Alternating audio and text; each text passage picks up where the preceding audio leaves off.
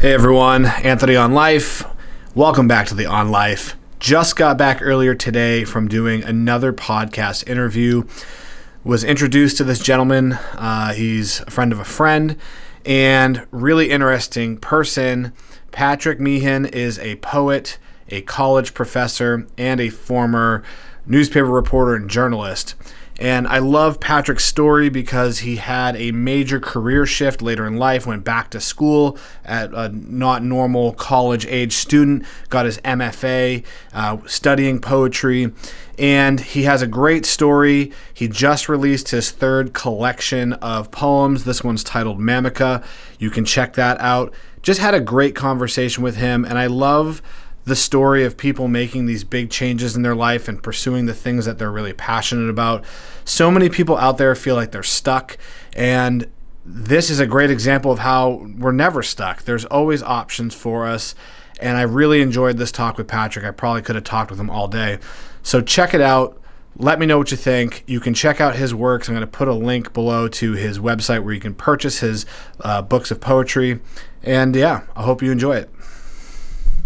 So, I'm here with Patrick Meighan. That's how you pronounce it, right? Correct, yes. All right. I noticed some people, it's Meighan.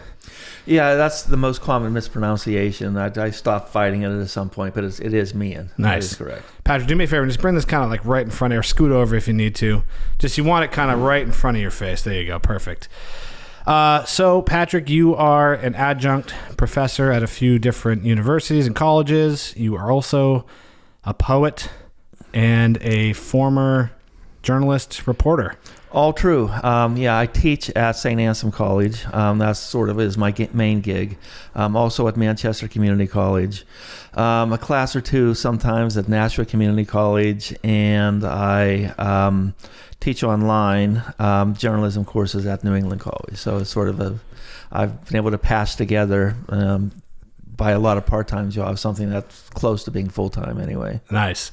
And let's go back to the very beginning, just so I get a better idea of kind of where you come from. Where'd you grow up? Where'd you go to high school and college? Yeah, I'm originally from Pittsburgh, just outside of a little bit east of Pittsburgh. My dad was a teacher at the high school I went to. I went to Penn State with a degree in English Lit, thinking I would go right to grad school. I actually ended up being, sort of sidetracked. I got married, and I was about to go to the University of Connecticut for a master's and teaching assistantship and do the whole tenure track thing. When my wife came home one day and said, and she was working as an engineer in a plant, and said she was offered the chance to be a plant engineer. Which I thought was interesting, but I started to put the brakes on that because I knew her company was based in Dayton, Ohio. We were living in Connecticut at the time. And I said, I appreciate your opportunity, but do we really want to go to Dayton? And she said, oh no, they offered me a job in Denver.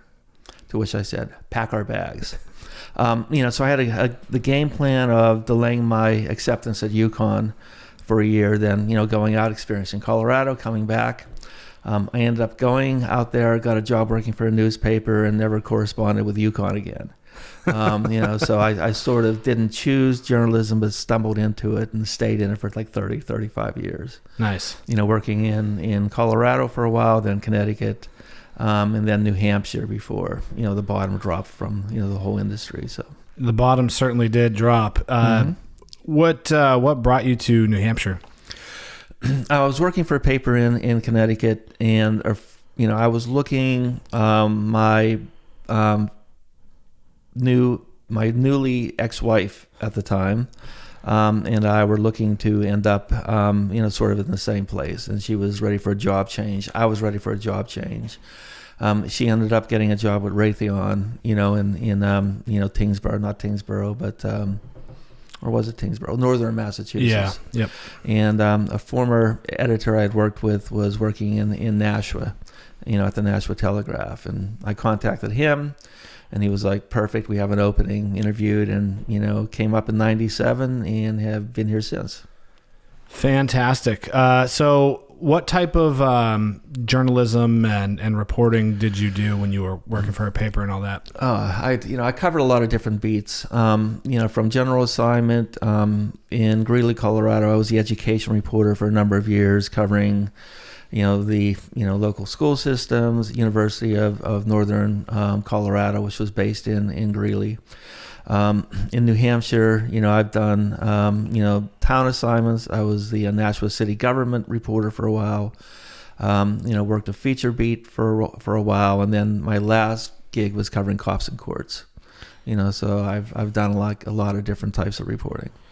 Yeah, it's funny you mentioned cops and courts. I've been on a little bit of a Netflix binge this past weekend. I don't watch a lot of television, so had a little time off for the holiday, and I've been watching a lot of crime shows, and they portray the media so terribly. They always, the media broke a story they shouldn't have, and blah, blah, blah. Yeah, it's always been like working with especially with police. It was always a kind of a hit or miss relationship. I mean, you don't want to be their spokesperson, but at the same time, you need that cooperation. If you want to watch a series that nailed it, it's the final season of The Wire, in which, basically it's the Baltimore Sun reporters, who are, reporting on some of the, drug aspects that the, cops are covering. That season also covered, how the industry was tanking. Yeah. With good people getting laid off and, kind of yahoos coming in at the top to run the place. And I went through in my career, I think 3 times where a paper I was working for was sold, and it was never improved, by a change in ownership. Yeah. I've actually heard that show is pretty critically acclaimed. Some people call it the best television show of all time. I've never seen it. Yeah, it's fantastic. It's right up there with Breaking Bad and The Sopranos as what I consider the 3 the 3 best TV series ever made. Have you ever been to Albuquerque where Breaking Bad took place? Absolutely. In fact, my best friend lives down there. When I lived in Denver, I would go down occasionally, and even I think probably about 10 years ago now, I went back to New Mexico for a visit, and I love northern New Mexico. Albuquerque, Santa Fe, Taos. I mean, those are among my favorite places in the country. So yeah, it's an interesting place. You go there and you kind of think, I can see why the show was based on this area. Unfortunately, Colorado is not too far from New Mexico, though, is it? No, it borders. So from Denver down to Albuquerque they're just big states. That's the thing. They are big states. It depends on where you are, but exactly. Yeah. So you moved to New Hampshire '97, you said? That's right. And that's when you stopped working as a reporter? That's when you made a career shift? I made a career shift around 2012. Okay, so it took a while. For 15 years, I worked for the Telegraph. Okay. Which I saw, from even before that point, everybody knew the industry was in trouble. So in the latter years at the Telegraph, they had buyouts, they had layoffs. I think the wisest among my colleagues took buyouts, which I didn't do. I did opt to go to grad school and finally get a master's that I had delayed for so long, which enabled me to go into teaching. Right. But I ended up getting laid off at the Telegraph. I don't want to say the last round of layoffs because people were laid off after that, but it was after we were bought. Gotcha. And basically they gutted the company and gutted the paper, but that had been happening. Sort of a slow drain after that point. Yeah. But I had just finished my master's, and which allowed me to go into a teaching position anyway. So this is somewhat off topic, but do you think that printed copies of news and periodicals will make a comeback at some point? Because I personally, I feel like I don't really enjoy reading online that much. Mm-hmm. And sometimes I think, especially maybe more magazines than newspapers, but I kind of wish I had something to physically touch and hold and put on my shelf. Do you think that's going to make a comeback because of the nostalgia? I think it's going to be a niche thing. It's going to be like vinyl records, right, in a way. Those are kind of big right now. Yeah. I mean, there was always a saying that it's not news unless it rubs off on your fingers. And that was sort of our reaction against, the TV and radio, media. It didn't completely die. As you can still see papers that exist, but I do think it's going to be we'll have a small share of the market, and it's just almost a matter of that's something that newspapers and publishers will do just to do. I don't ever see it as a money-making enterprise. Yeah. The revenue will have to come from, online and elsewhere. Yeah, the ad revenue on websites is huge. What did you enjoy most about being a reporter? What do you miss about it? I guess there's several things I miss, one of which is just the different types of people you meet. The chance to, just interview really interesting people from early in my career. I was working in Hamden, Connecticut, and inexplicably there were two former World War I like fighter, like pilots, like the dogfight people. And they were like well into their 90s at that point. Just having a chance to talk to them about their experience, to, some of the people I've had a chance to interview over the years, like the Nobel Peace Prize winner Elie Wiesel, the Holocaust survivor, B.B. King. Oh, wow. Because I was doing some arts and entertainment, Peter Frampton. Oh, nice. And then just the adrenaline rush of like covering a big story. Yeah. Where something breaks and, suddenly, you just sort of, embrace that. And it really was a rush. No adrenaline rush teaching college? No, not so much. I mean, there's always, if there's anything like that, it's at the beginning of a semester when you have a new class. Sure. And new people involved. And, you do have to key up a little bit, before going into a classroom. But it's nothing like, having to run out and cover like a huge fire or something like that. So you went back to school to get your master's, and you got your master's in poetry. Is that correct? It was an MFA, Master's of Fine Arts in Creative Writing / Poetry. Gotcha. At the low residency program at New England College. And what was the deciding factor to pursue that particular degree? It was kind of, take action or get off the pot. Scenario for me. I'd been like dabbling in poetry for a number of years, right? And it was something I wanted to pursue. I knew that the newspaper gig was ending. So teaching seemed like something that would be appealing. I actually had taught when I was in Colorado and working for a paper in Greeley. I taught at a community college out there. At that time, they didn't require, their teachers necessarily to have a master's degree. I was writing for a newspaper. The head of the English department at, Ames Community College in Greeley, was familiar with my writing and contacted me, and, I ended up teaching a class or two there. Cool. So I knew that it was something that I would probably enjoy. So I did that, and, out here it was, I figured getting a master's degree, might as well pursue poetry. The deciding factor was at that time on NEC's low res staff, Ilya Kaminsky was one of the mentors, one of the teachers, who was a fantastic poet, and just the having the opportunity and privilege to study under Ilya. He was there for a short time. He's now a professor at Georgia Tech. And even at that time, his main gig, I think, was at San Diego State. And the low-res thing was almost like a side, something he did on the side. Sure, yeah. But to study under Ilya, develop as a writer to the extent that I could was just an opportunity I couldn't pass up. Is he Russian? He was born in the Soviet Union in Ukraine. Okay. Came to the United States fairly young, is mostly deaf. Which is interesting because he speaks with a heavy Russian accent. Yet he struggles to communicate as many deaf people do. Sure. No, his story is really interesting. I mean, he became deaf because he was misdiagnosed with the mumps in the Soviet Union, and had lost most of his hearing by the time he got to the States. Ended up coming here, getting a law degree, and then pursuing poetry, and is one of the best poets writing today.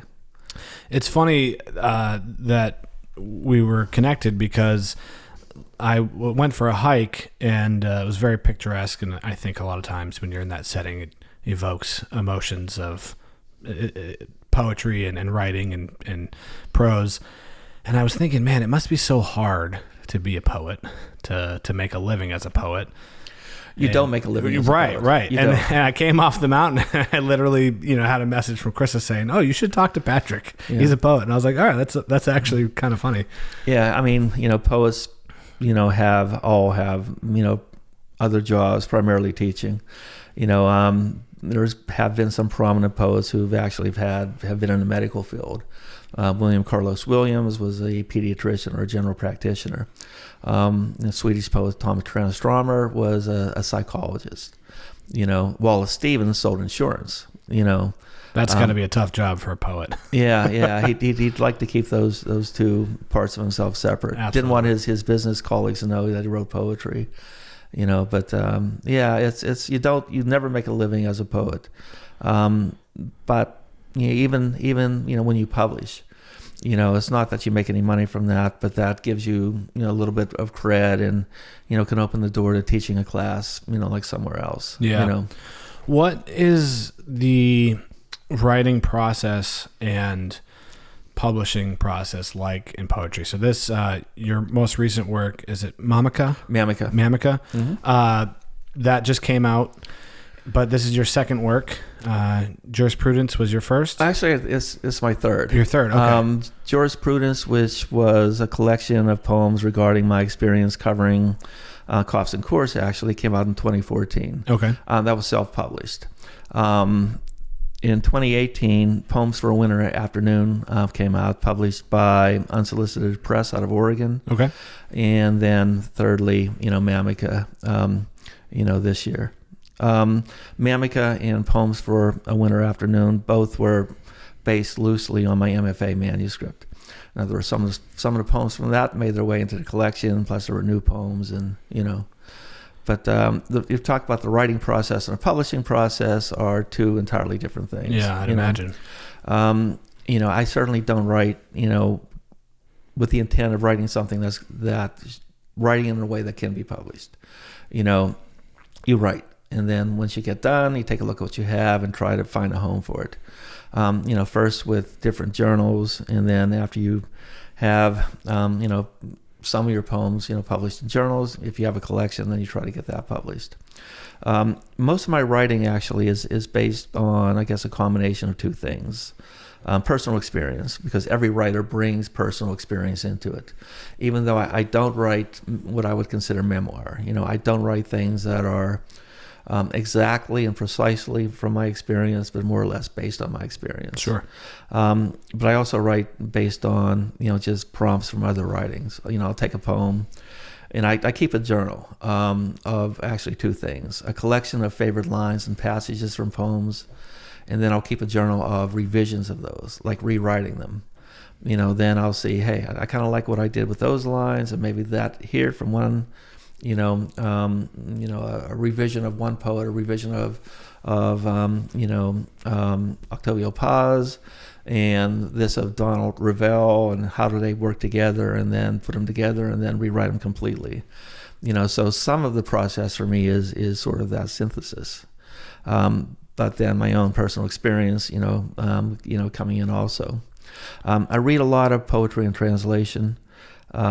That was something that I picked up doing during my MFA studies, and I've been concentrating a lot on Russian and Eastern European poets. And the collection, which we'll talk about, Mamica, deals basically with two things.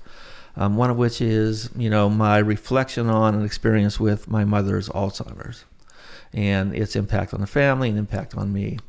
The other is sort of like reaching out to my Slavic roots.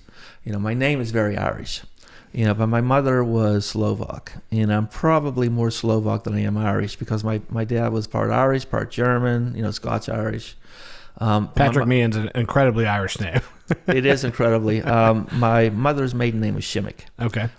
So, you grow up with a name like Patrick Meighan, and everybody is, almost talks to you in a brogue, right? Hey, Patty, how's it going? But yet I'm more Slovak than Irish, so through, sort of the writers that I've read during and since my MFA, and the writers who I've, sort of embraced and let influence me has helped me, sort of get back or embrace, those roots. Yeah. So Mamica is basically that combination of reaching out, reaching back to my Slavic roots and reflecting on my mother's Alzheimer's. So you mentioned that you kind of just write, and then after the fact you say, okay, where do I have a home for this? Where can I kind of put this writing? So that sounds like you didn't necessarily sit down and think, I'm going to write a collection of poems about my family heritage and my mom's It evolved into that. I'm not sure. When I started writing those poems, probably about 2010, okay, I think what I ended up doing was writing a few poems about that, then saying, hey, this is something, that I can pursue. And I did, and I forced a few poems that I don't think are very good at all. That was my next question, which is, did you notice a difference between the writing that happened naturally and the writing where okay, I need a little more of this, let me sit down and do it? Yeah, and that's never worked for me. Yeah. To have a collection that has some type of continuity, yeah, you have to do that. You have to see where the gaps are. Yeah. But those, I think the poems that I did that for, I think that they provided some glue, to the collection, but I don't think they're necessarily, the best poems in the collection. Yeah. But at the same point in time, if I'm thinking, along of what I want to do and what I want to accomplish, right, something will come to mind that will, come out to be a pretty good poem. One of the poems, Teresa and Isabel, in the collection, I actually wrote the first draft of when I was, proctoring a final at St. A's. The students were writing, and I'm at the front for 2 hours while they're writing their final essay, and I got an idea to pursue that, and it came out to be a pretty good poem after 3 or 4 revisions later down the road. So generally speaking, how long does it take you to write a poem, and how many times do you revise a poem before you feel like it's ready to be put out in the world? Because I think people have a misconception about a shorter medium like that. Oh, it's so short, you wrote it in 5 minutes, 10 minutes. But I know that obviously can't be true. So what's the timeline like? It's an interesting question. In addition to Ilya, one of my mentors in my MFA program was Carol Frost. A very good poet, but also sort of tough. She's a very tough editor. And she used to say that every poem should be written 40 times. I thought she was exaggerating until I had her, and unfortunately she wasn't exaggerating at all.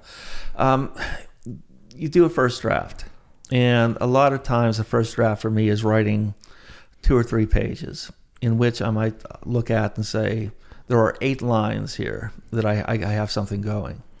So it's like extracting those 8 lines, and the rest was just sort of what I had to go through to produce those 8 lines, and then you play with them, and then you set them aside, for however long, and come back to them, and maybe go to a reading and do a reading and get some feedback on it, and and then you're constantly like tweaking and changing. Could be one line, could be eliminating some stuff, could be adding something, but it's the revision process is constant, I think. So you're more starting in an essay format and pulling things out of that? No, I'm writing a poem. I'm writing a long poem, but I look at it and said, okay, I got 2 pages, 3 pages.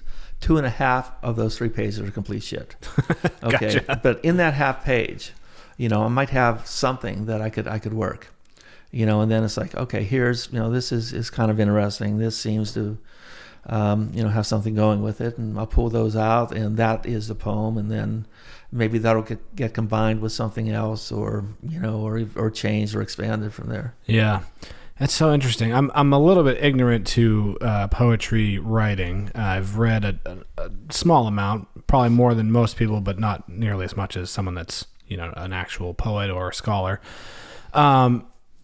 That's so curious to me, that 2 or 3 pages of poetry, and then you just pull out a little bit. I guess that makes sense, because I think that's kind of how all writing works, right? You kind of cut away what's unnecessary, which is a hard thing for a lot of people to do. Mm-hmm. It's hard to figure out what's extraneous. Yeah, and I think you have to, in time, develop an ear.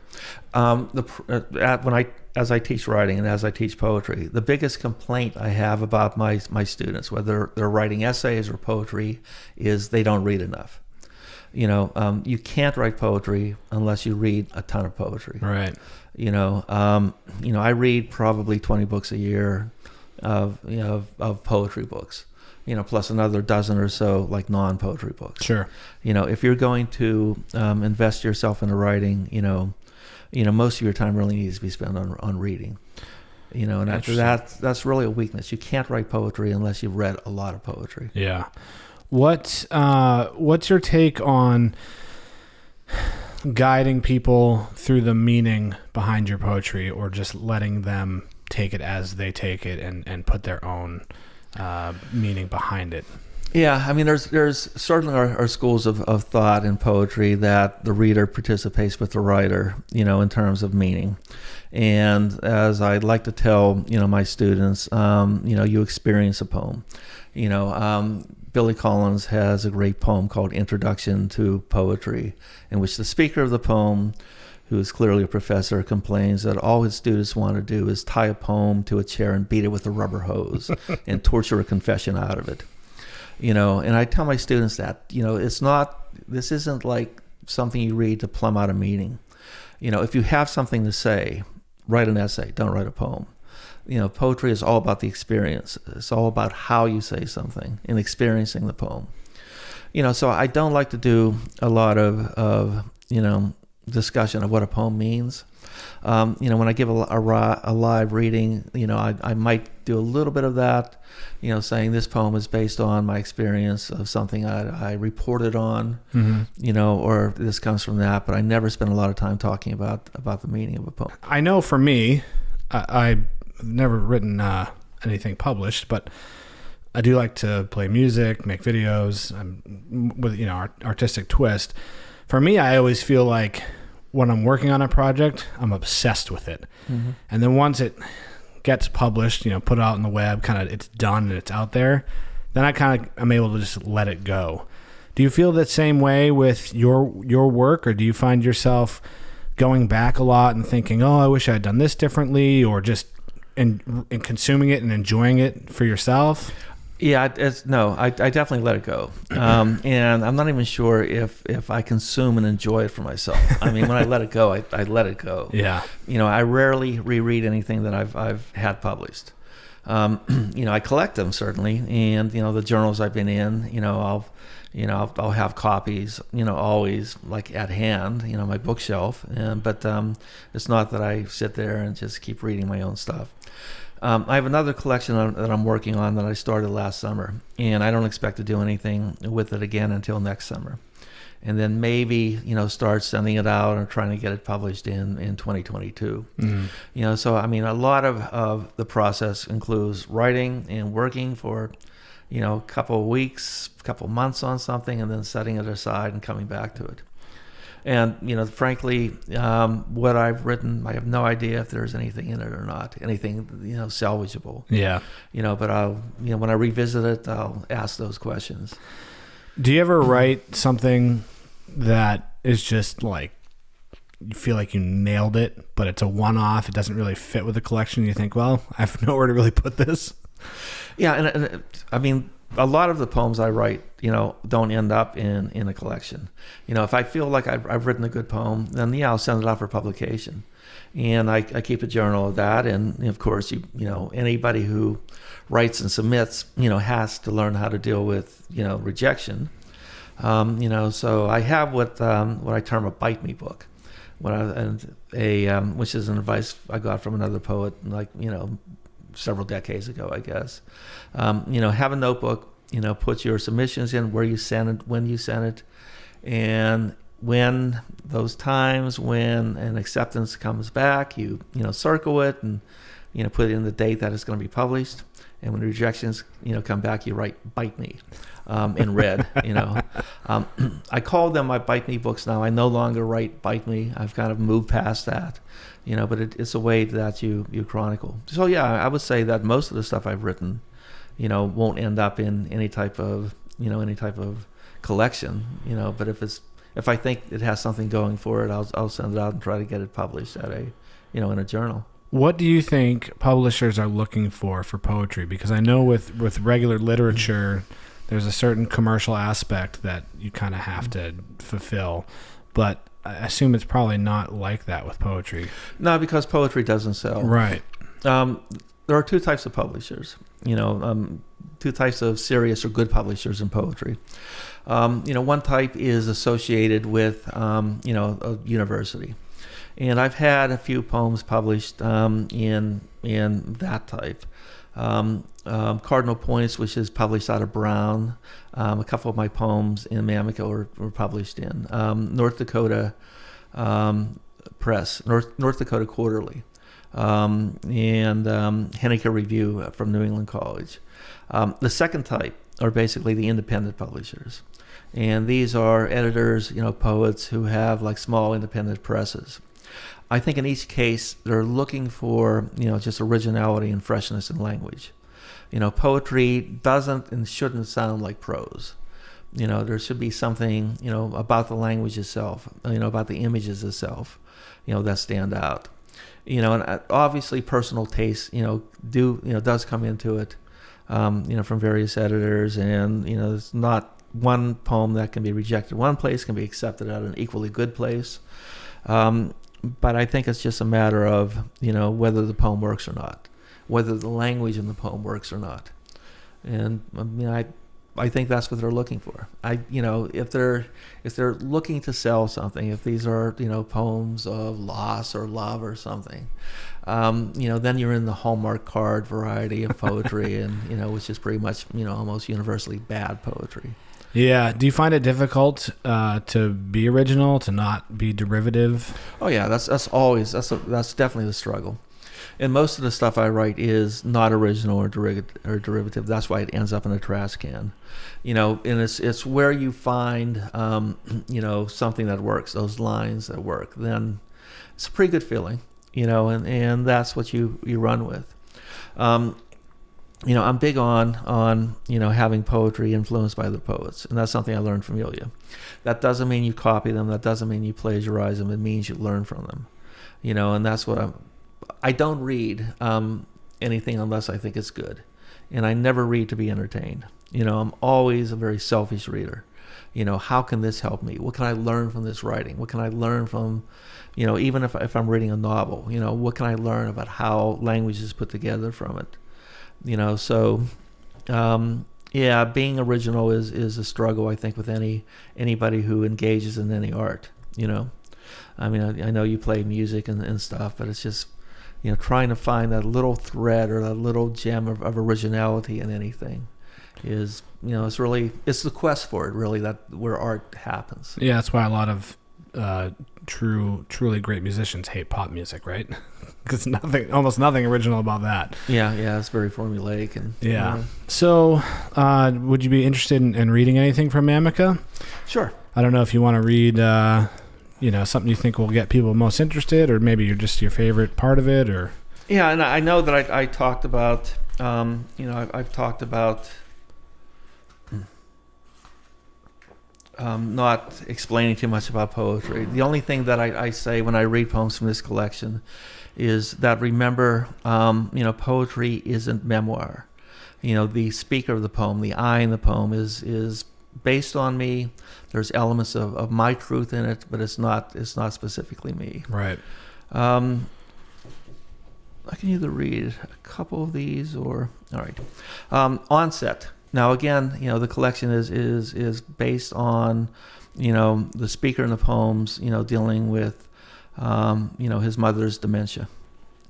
That's all I'm going to say about these. Okay. All right. Onset. My mother cries, "It is snowing" in the upstairs hallway. She washes the walls with snow from room to room, searching for her mother's purse, her mother who died 40 years before and now sells snow. My mother's purse is downstairs where she left it. For 2 hours she removed every item, lipstick, paisley folded mirror, brush and comb, until the purse was empty, then refilled it, then removed the contents once again, searching for that one nameless thing that defines for her the present, the sand that slips through fingers of trees. Catherine, my father calls. She's muttering about the Penzenka with gold clasps she remembers from childhood. It is snowing, Catherine yells. I hear my father's footsteps, his firm, gentle voice, the one with which he marshaled me to sleep, saying it was okay to spit at neighbors from a balcony when a nightmare awoke me as a boy. I cry for him. He calms her, guides her to her bed. It is snowing. It is always snowing. So I read that one when you had sent me a copy of some of the manuscript. I noticed, and if you don't want to get too into it, that's okay. I noticed a lot of references to snow, whites, and grays throughout the whole thing. Was that intentional, or that kind of just manifest as you went along? That manifests, and as a matter of fact, my previous collection, Poems for a Winter Afternoon, was basically, you'll see those themes throughout. One criticism I've heard of myself is that it's seemingly for a pretty easygoing, well-adjusted guy, I have like the inability to write a happy poem. I'm not sure exactly why that is. But I do think thematically that it works. Snow, came to mind with that, because again, you're talking about like memory being whitewashed, and like the dissolution of personality because of dementia. So it seemed to work for that reason. It seemed to, sort of suggest something, externally that was going on with the loss of her personality. Yeah, I love that line about her mother having died and she sells snow.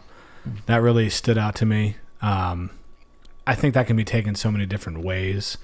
I think it does bring up ideas of cremation or burial, being buried under the snow at a funeral, that type of thing.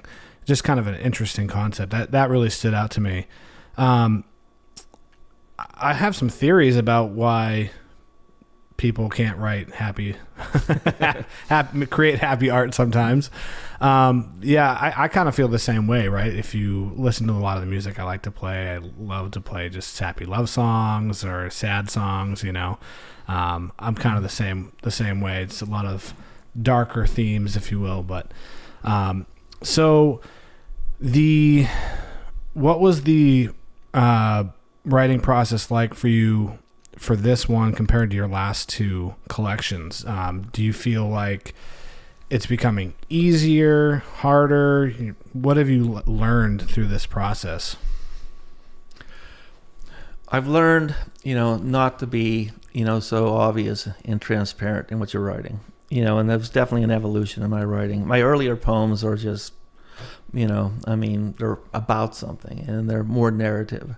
The idea of, writing or approaching an idea, or a subject indirectly, which I think is effective in poetry, and having a sense of mystery, is important in poetry. That is something I learned with experience and reading, with poems that I love to read. And a lot of times a poem that will just grab me from a different writer, and James Wright is one of my favorite poets, and some of his lines and images are very mysterious. And it's that sense of mystery, that really draws me in, where I know something's going on, I don't completely understand it. What's being suggested seems to be more than what's being said. Right. And I try to allow that to influence me as much as possible.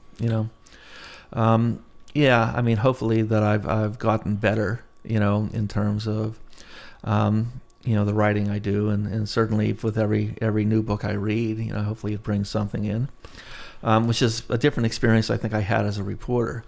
I like to say that after working in journalism for 30 years, I'm not quite sure if I ever got better. I just got quicker, where I could write in 10 minutes something that would take me an hour before. Well, to your editor, that's better, right? Well, yeah. When you work under deadline, that sort of is a necessity. Yeah. I learned how to work under deadlines. The disadvantage of that is I needed a deadline to do anything. Procrastinate. Give me a deadline. It's done. Yeah. My last guest, Tom, who was a philosophy student, we talked about this, the Parkinson Principle. Are you familiar with this? I'm not. So it's basically your work will expand with the amount of time allotted to do it. Mm-hmm. So, that's why the classic example is like college kids cramming, before a test, or wait until the last possible minute to do a huge project and just getting it all done in one day. As soon as that, time was constricted, they were able to somehow produce that work when they had 3 months to do it prior. So I actually empathize with you quite a bit on that, because I'm the same way. I tend to procrastinate if I have no deadline.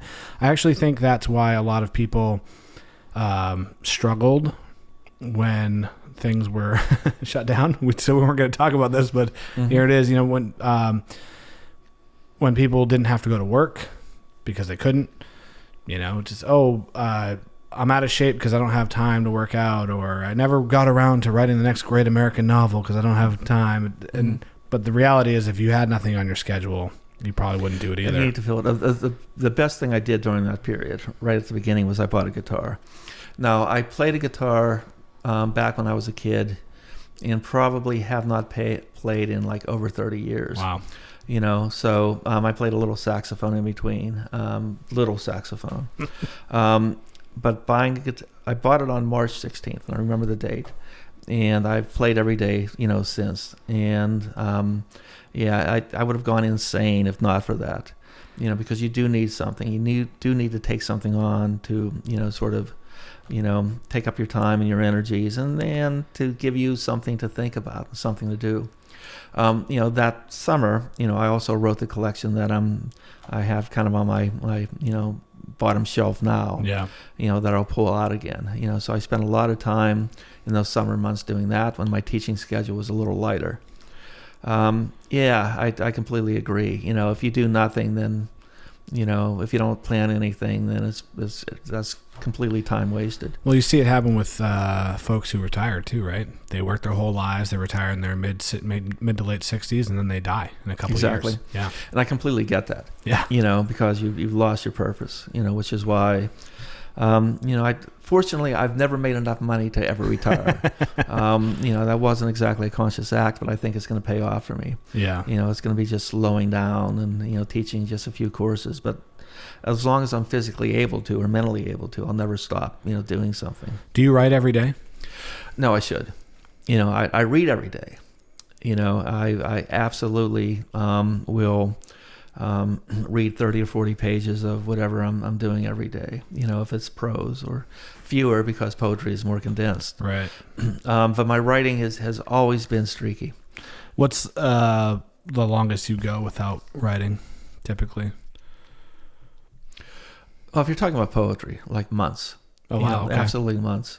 But then it's coming back, because it's not like, okay, I feel like, writing a poem now. I'm going to sit down and write a poem. That's never worked for me. As far as writing, because I feel a need to write. That doesn't mean, that if you have an idea that you can, discipline yourself to sit down and write for it.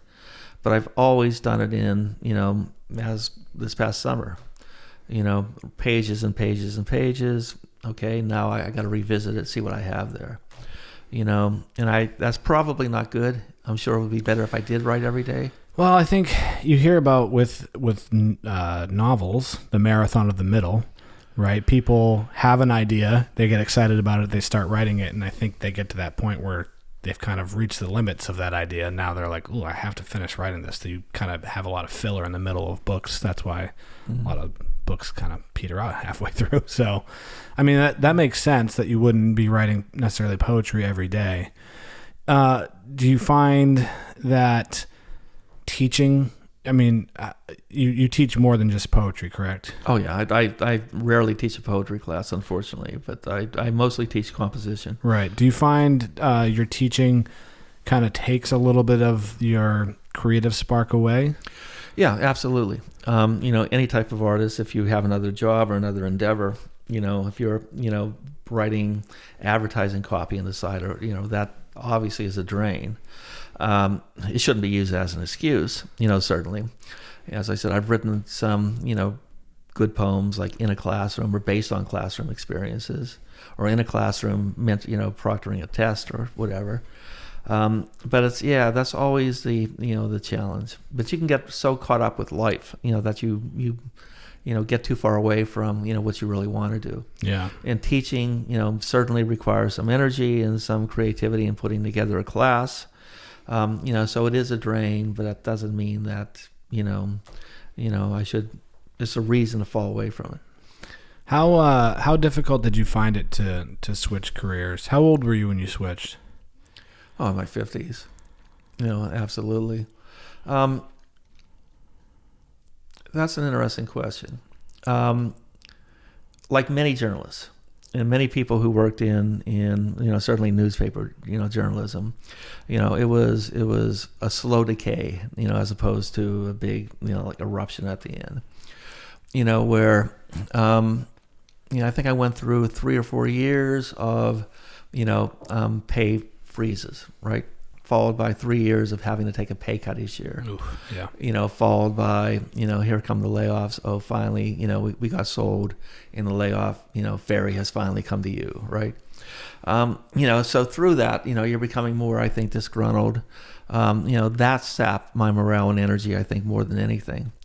But I also was planning, now is the time to get my master's. And it all worked out, about the time that finished, I got laid off, immediately was able to, teach one class at a community college. Had a friend's company hired me in corporate sales, which I found out I could not do. Doesn't sound like horrible you. At it. Horrible. As much as I wanted to help her out, just that did not work out. Yeah. Then I got a job working for the city of Nashua in the public works department. Basically as, I don't remember the title. It was like citizens, representative or something, where somebody would call in with a complaint about a drainage, and I'd get the information to an engineer, or a pothole in their street or whatever. And yeah, that was, I don't know. I did that for a few months. It would have been very comfortable to stay there because of the pay and because of the benefits. But I've never done anything wisely in my life. So at that point I started looking for additional teaching gigs, and that's when I got hired at St. A's and left that job and figured out that I probably could teach, enough classes at enough places to make ends meet. Yeah. Which I've been doing since 2016. So it sounds like you enjoy teaching. Very much. Have you ever had a student write something that just blew your mind? I love it when that happens. You live for that. Because, students are students, most of the writing is, not the best. They're but you fine try in to their help way. them. You try to guide them. Yeah. I blame, again, I'm on, if I'm on a soapbox, or if I start preaching, it's going to be the lack of reading. And I tell my students, you got to read more. But I've had some tremendous writers from the community colleges too. Some of the best writers I've had have been community college students. Yeah. And that always blows me away, and I just love that, because then you can really get into, helping the student, guiding him in more than just a way of, okay, you got to correct this or correct that. Then you can say, this is really good. What you might want to do is just try something a little different here, because then you're starting with something really good and trying to give feedback to make it better. Yeah. But I think most teachers really live for those moments, and those students. Do you make any of your students or teach any classes with your own material? Never. Absolutely. Would never do that. I see that as ethically problematic. Studying even with Ilya and Carol, who were fantastic poets, they never brought in their own stuff. Really? Okay. Yeah. When I first went to college, I thought it was interesting. I thought it was cool when my professor had, he wrote the textbook, or she has published these many books. And then after a little bit, I was kind of, it's a little pretentious to use it is stuff. No, at the MFA, they would have faculty readings. Yeah. Which was great, because then you got to, hear them read and experience their, their writing and everything, but never in an actual classroom setting or a workshop setting. And I would never, ever do that. I think once I read a poem, to my class of St. A's when I do a writing about literature part towards the end, but it was only as a way of, hey, you guys are writing, I write too. Here's what I'm doing. Yeah. But it's never as something that I would, for example, I would never require a student to read anything that I've written. I think that's hokey. Yeah, I would agree with that. I'm not a huge poetry person, but I did read at a poetry reading one time. It's kind of a funny story. I was in a similar situation to you where I was working a job just to figure out what I was going to do next. I was selling cars, and I had this older woman come in to buy a car, and she liked it, but she was kind of skeptical of car salesmen, as many people are. It was, not a sketchy dealership. It was a new car dealership. Mm-hmm. And she said, well, I'll buy this car if you come read at a poetry night that I host once a week. And I was like, are you serious? And she was like, yeah, I'm serious. And, you do what you got to do to make the sale. So I thought, okay, I'll give this a go. So I read one poem from somebody else, and I read something that I had written. And that was one of the most terrifying experiences of my life. Yeah. I've done public speaking. I'm on camera all the time. I'm used to that kind of thing. But when I sat down in this or stood up in this library, and all these accomplished poets were sitting there looking at me, I was like, I don't know what the hell I'm doing. But it was fun. I really enjoyed it. Yeah, I mean, reading can be terrifying. Yeah. And the first few times that I did it, just the whole hand shaking and all that. It's different reading your own pieces too. It's much more difficult, I think, emotionally difficult to read your own stuff. Yeah, I read the poem by somebody else first to kind of get myself warmed up, yes. And I really started shaking when I had to read my own thing.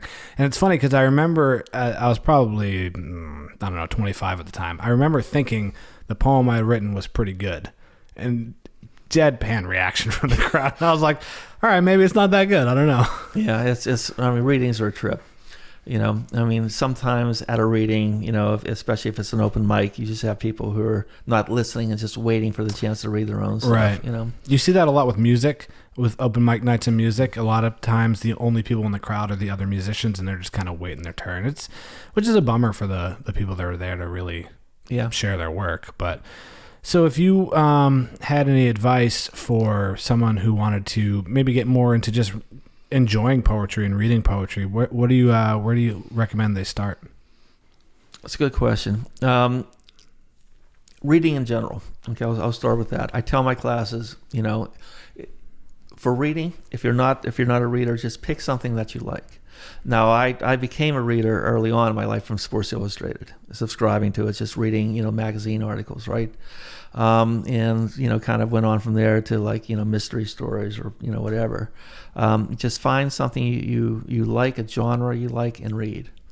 For poetry, I'm a little more cautious because there's so much, stuff out there that passes for poetry. Especially when you have a celebrity like Jewel or somebody writing a book of quote unquote poetry, which right. is, which it really isn't.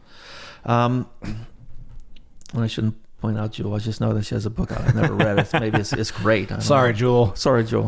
But I'll say, okay, we're from, we'll go for something more accessible. Read Robert Frost. Right.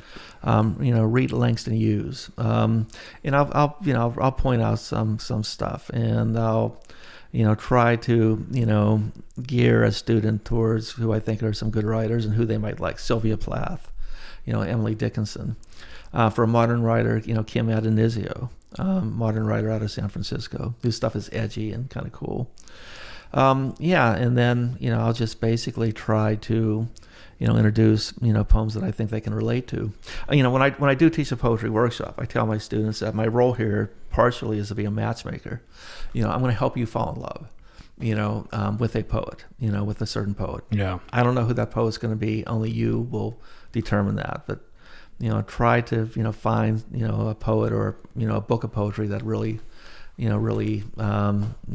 can relate to and becomes meaningful to them.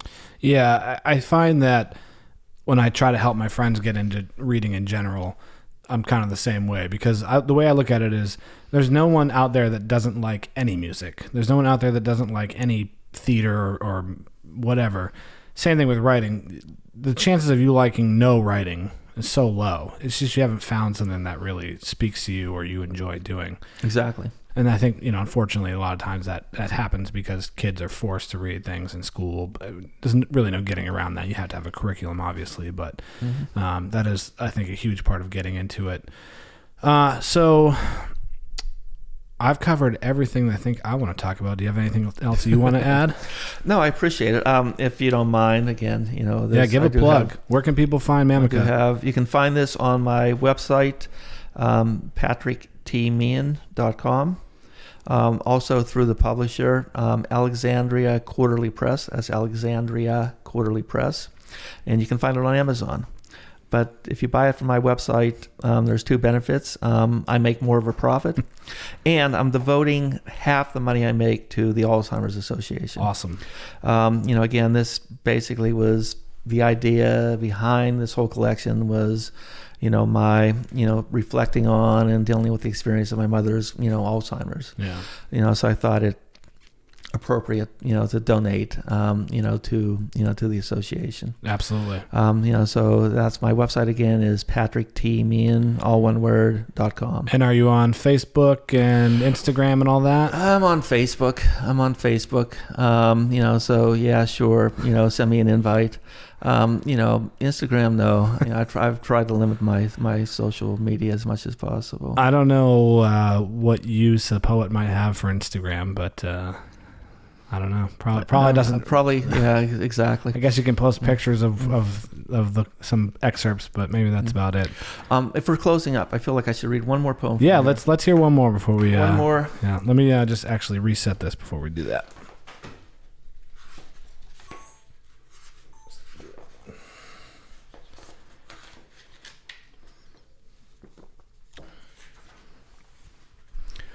Okay, so I'm going to read what actually is the first poem in this collection, A History of Sun, and that's S-U-N, sun.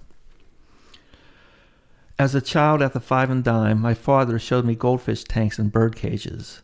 Canaries like escaped felons chirped atop racks of women's scarves and workmen's dungarees. In this scene, Mamika, you are as evasive as the canaries, there but fleeting, an actor at the edge of your own history stage. The wind now veils the city's face.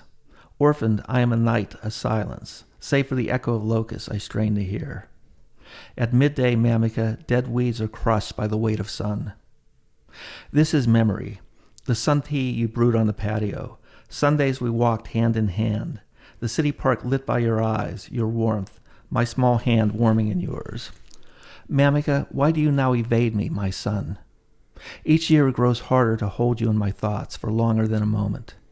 Without you, my words don't translate. For a small boy, the scale was immense. The night sky seared with orange flame, the story of my childhood. Wooden houses leaning towards a river, its savvy sheen flowing past the ruined mill. Peace arrives with you. Your memory calms me even now. Without your memory, there is no sun. The terror. When my memory like your mind fails, only then will you die. You once cried out, I could never sleep in spring. At night the yellow of daffodils is deafening. From a yellow photo, I try to conjure the contented years of your marriage, the shy, beautiful Slovak bride. You were a prophet who foretold the silence of your old age. A sunlit room, white walls, a vase of daffodils burning around your silence. In your last years, Mamika, huddled under a shawl, you stare into an imponderable sun, as if you had bitten into a poisoned apple. Even the sun couldn't break the spell. I cast the spell asking that my mother's smile, kind words, never vanish. But in childhood, I was a mouth stained by raspberries. Behind the garden shed, I cast the spell for raspberries. I was bare feet stained by dandelions. You became the silence of locusts, locked within the terror of a winter sun. And I should say also, Mamika is a Slovak word meaning mama or mummy. That is what I had thought about that. I love one of the lines in the beginning there about the canaries and the caged felons. That was great. That was actually probably. It's funny you read the two parts that I think I like the best out of all of it. So, this was awesome. Thanks so much for doing this. Thank you. Check out Patrick's website, patricktmeighan.com. I'll put a link to that below. Find him on Facebook or go take a class from Patrick at St. Anselm's. St. Anselm College, Manchester Community College, Yep. Nashville Community College. Those are probably the best venues right there. So, all right. Thanks so much, Patrick, and we'll see everyone next time. Thank you.